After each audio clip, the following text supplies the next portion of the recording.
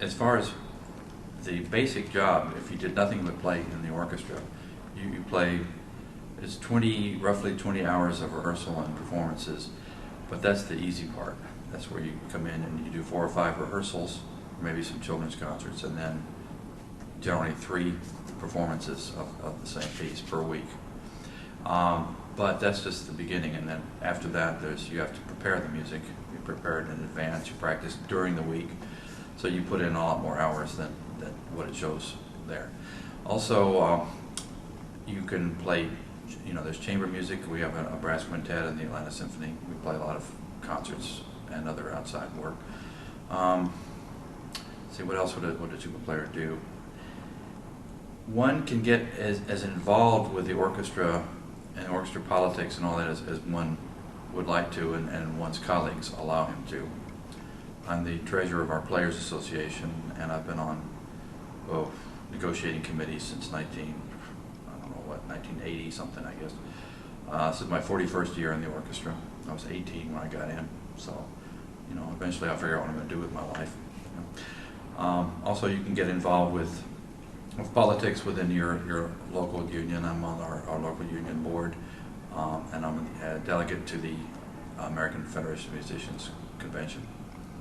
And also I'm the treasurer of the International Conference of Symphony and Opera Musicians, which is a national organization of orchestras. So you can get to kind of answer your question. You can just do nothing but play your job and go home. I know people who do that, and you can also enhance that. You can do a lot of outside playing and outside work, and then you can also get involved with trying to work toward the betterment of the profession. And you can do any combination of those things. That's generally what we would do. It all evolves, like I say, I've been here 41 years, so it didn't happen all at once. Right. You decide, basically as far as the political part, you have to kind of decide, well, I don't like the way so-and-so is doing it. I think I can do a better job than he could. And then you get elected, and then if you do a good job, then they re-elect you. And you have to kind of step away occasionally and then come back if you want to. As far as being prepared for the orchestra job, you have to start really in high school, trying to figure out, get good teachers, figure out what you're going to work on. I didn't really get serious until the 10th grade as far as being really serious. I went to the Governor's Honors Program in Georgia, and I got all turned on there, where there was a guy who recruited me to go to Georgia State a year early. So I skipped my last year of high school. I only needed English, so I took that in the summer and then went on.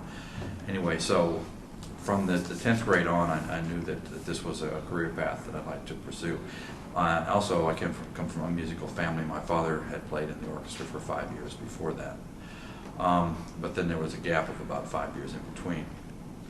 So you have to have good teaching, and my father taught me too when I was younger. So you have to have good teaching, and you have to be prepared for the openings. You have to have a teacher that will tell you what will be required, and then work on those things. And then if you're lucky enough, there'll be an opening. The opening came early in my life. In a lot of ways, it would have been better for me if I had been older when that happened. I would have been more prepared, but I was prepared enough at that particular time. Now, the way that the orchestra has evolved, I'm sure that the way I played then wouldn't have been good enough to get into the orchestra now. But hopefully you continue your progress with the orchestra. As the orchestra gets better, you continue to get better yourself. The standard keeps going higher and higher. Colleagues that are hired after that get better and better. Well, one of the hardest things is just making sure that none of that other junk gets in the way of your real job of playing in the orchestra. And there could be a whole lot of intrigue and other stuff that gets involved with it, and stuff going on with negotiations that are really hard. I mean, you can be working, if we just had recently a contract modification that took a lot of our time, not only in meetings but also on emails and stuff like that. You have to make sure that none of that affects what you do on your instrument.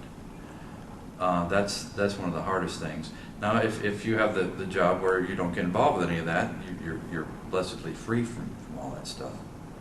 But if But if you care too much, sometimes, you know, it can take away from your practice time and other things. You've got to be very vigilant to make sure that that doesn't happen. And I'm sure that with everybody in that situation, it does happen, you know, one time or another. But that would be the biggest challenge, I think, is dealing with those things. Sometimes you have to deal. This is kind of a frank comment, but sometimes you have to deal with boredom. Sometimes the job can be relatively boring. Like today, we're playing the New World Symphony, New World Symphony. The tuba part consists of 14 notes, and we played it 100 times at least. We played it with the same conductor many times, and yeah, we're going to rehearse it and then perform it some more. Okay. Personally, I hate that symphony. I love the music, but I hate playing it. The part it's actually harder than it looks. Those 14 notes are very soft and very precise. But you only have 14 notes, and you hear all this other great stuff coming up, and you don't have anything to play. The Vaughan Williams folk song suite, great, low brass sounding stuff, and in the band version, you've got a lot to do. Orchestra version, you don't even play. So it gets frustrating hearing some of the music that you wish that there was a tuba part in. You know, Beethoven Ninth, another great piece, no tuba part. The tuba wasn't invented in Mozart or Beethoven or Bach's day. You know, you don't get to play a lot of that great music unless you play transcriptions. So that gets frustrating, and so those are some of the challenges. Is trying to keep your mind occupied sometimes during a rehearsal of music where you don't have a whole lot to play. And some of the music is really easy. Now there are some challenges too. I mean, there's some music that's really, really difficult.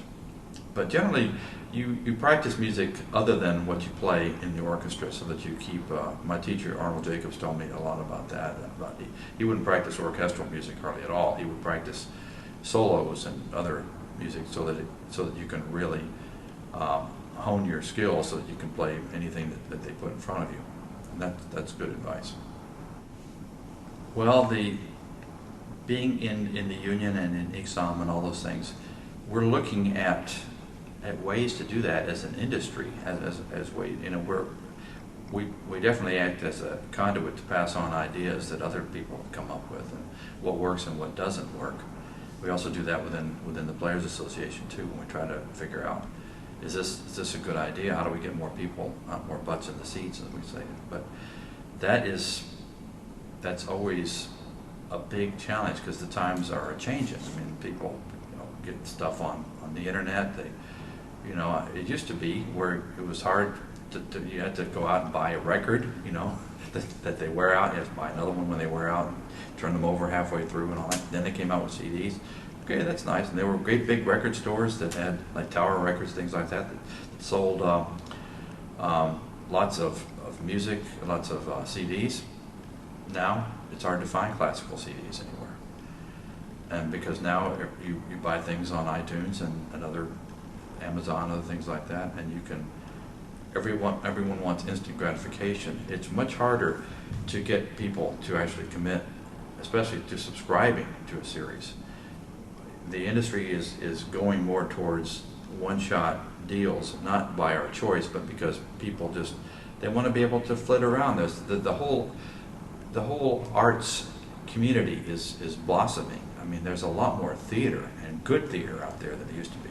Art museums in Atlanta and other places, we have some great art museums, and you have plays and museums and opera, you have ballet, you have lots of things that are going on that are all competing, along with movies and cable TV and on demand and DVDs and all that stuff, all competing for the audience.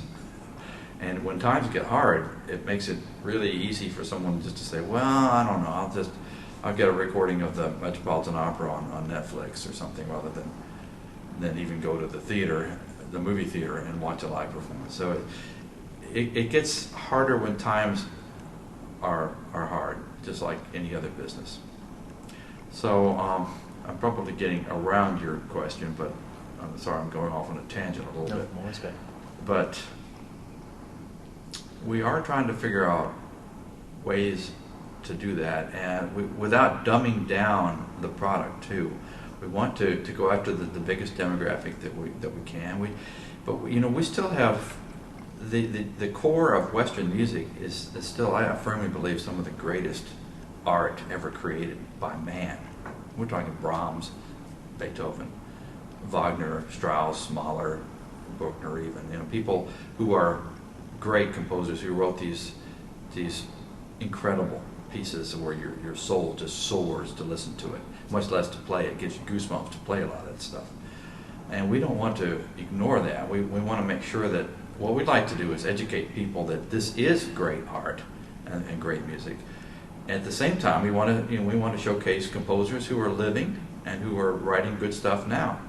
We've gone through a period in the 1970s where the music wasn't all that great. That's a lot of my colleagues call it squeak fart music, where stuff that's kind of hard to listen to. And I think a lot of people lost faith in new music in those days. The new music that's being written nowadays, though, is much different. I think movie music has influenced new music a lot, and a lot of the great stuff from the 1930s on has been some of the best music in the 20th century was written for movies. And we do concerts of movie music sometimes, and they're very well attended, and the stuff is hard, it's challenging, and it's rewarding to play. It's good.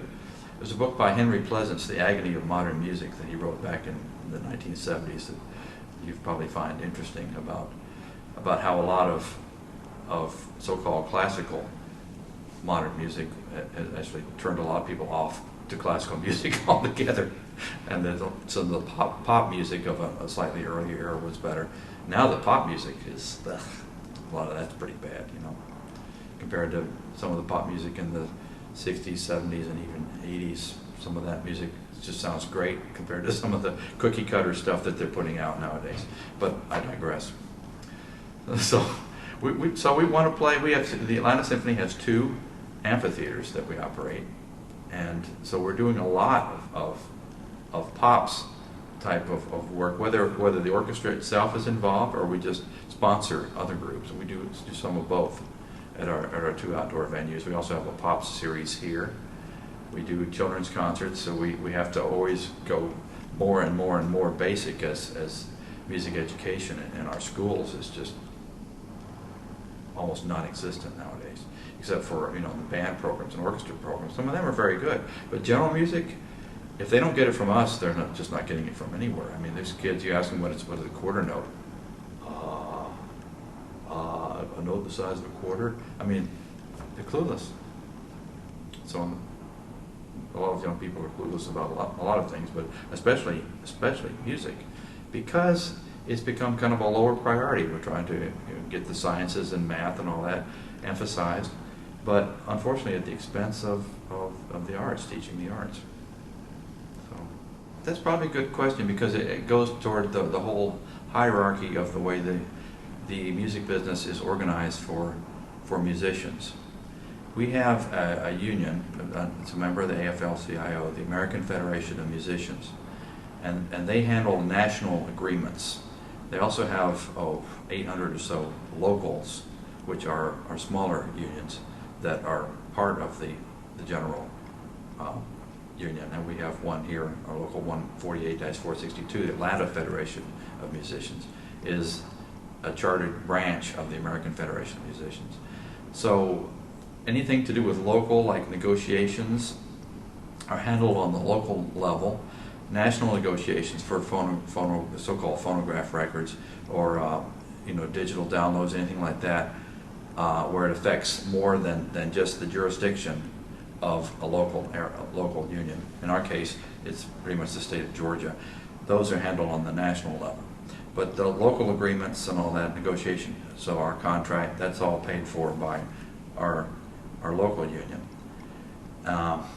The other one, the Atlanta Symphony Orchestra Players Association, is like a subset of that. That's an elected body. By the way, the law officers in both the national union and the local union are elected. The local union officers elect the national union officers. The members, we have about 1,000 members in Atlanta, professional musicians, who elect the officers of our local union. The orchestra, there are about 95 of us.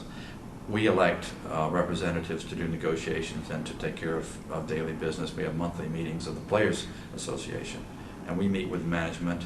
We have a representative from the union there for negotiations, but the orchestra players elect their own leadership, and we take care of all of that. We also hire outside counsel, either the local counsel, or we have some counsel in California who comes or does conference calls, or both, to take care of our negotiations. The other group that's a conference, so-called Conference of the American Federation of Musicians, is the International Conference of Symphony and Opera Musicians, and that's made up of the top 51 orchestras, and there are roughly 4,000 members, and that's a group I'm treasurer of. I've been doing that for 26 years, not as treasurer, but as a delegate or member at large. That is kind of it's hard to describe exactly what ICSOM does. It's a clearinghouse of all kinds of stuff. We don't actually do collective bargaining, but we do. We have counsel, legal counsel, that advises orchestra members on specific things. We have a convention, a conference every summer. Actually, we have one about a week in August. So we discuss all kinds of things that have to do with the music industry, and it's more specific to orchestras. It's like the sub-union of orchestra players, and then on behalf of all the orchestra players, we negotiate with the national union sometimes to try to figure out, okay, how can the national union serve orchestra players better, and how can they, we also do lobbying, not directly, but we support lobbying efforts. We help to raise money for the national union, who has a lobbyist. So we do things like that. So that's it. They're also the Canadian musicians have OXUM, which is their version of ICSOM. The regional orchestras have ROPA, Regional Orchestra Players Association. Their conference is going on right now, and this interview is in early August. So they have roughly 71 orchestras. It's larger because it's slightly smaller orchestras in general than ICSOM orchestras are.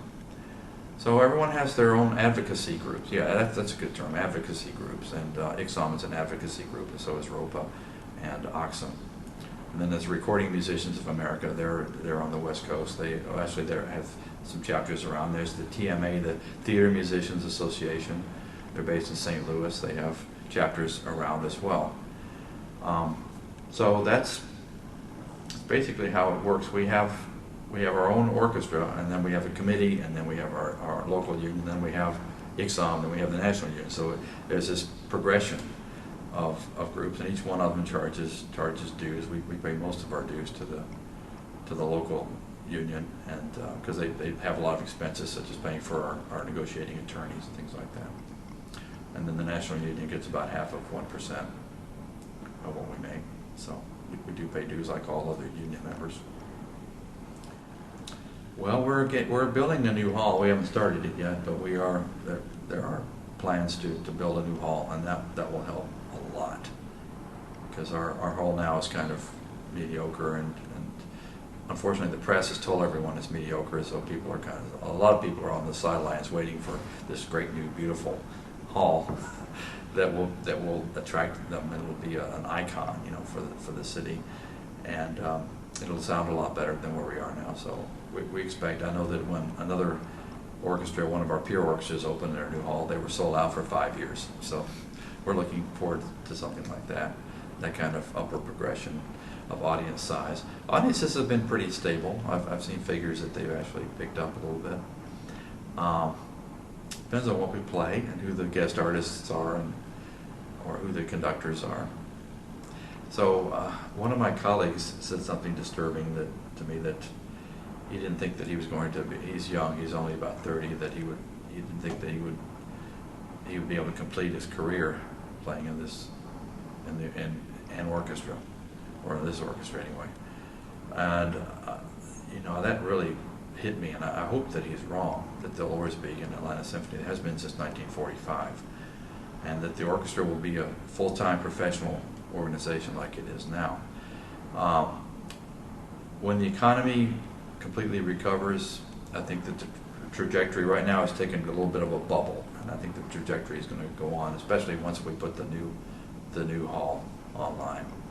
It's going to take several years to build that. We have our brand new amphitheater that was built last year that holds 12,000 people, and that's good. We have to fill that place up too. But yeah, it's challenging. I think that basically we're going to be changing the way we do business a little bit, and that we'll probably do more on the popular side. We're already doing a lot more than we used to, but I think there's going to be more on the popular side, just as ways to raise revenue. But the tightrope that you have to walk is to making sure that the core of what you do remains the meat and potatoes classical season, and that, as we said before, that can be the standard pieces.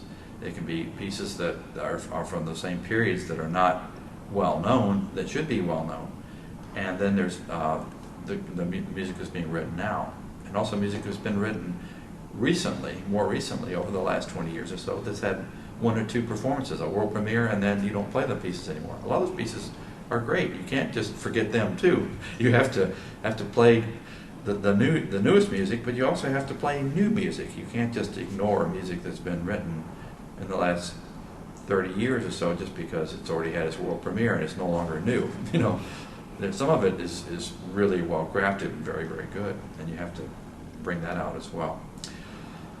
So the future of the industry,